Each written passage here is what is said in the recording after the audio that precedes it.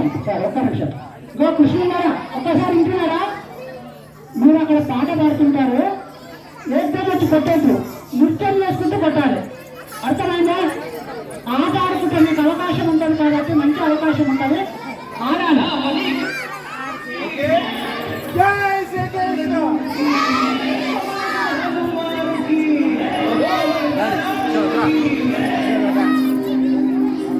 సియాపతి Ramachandra Radhapati Krishna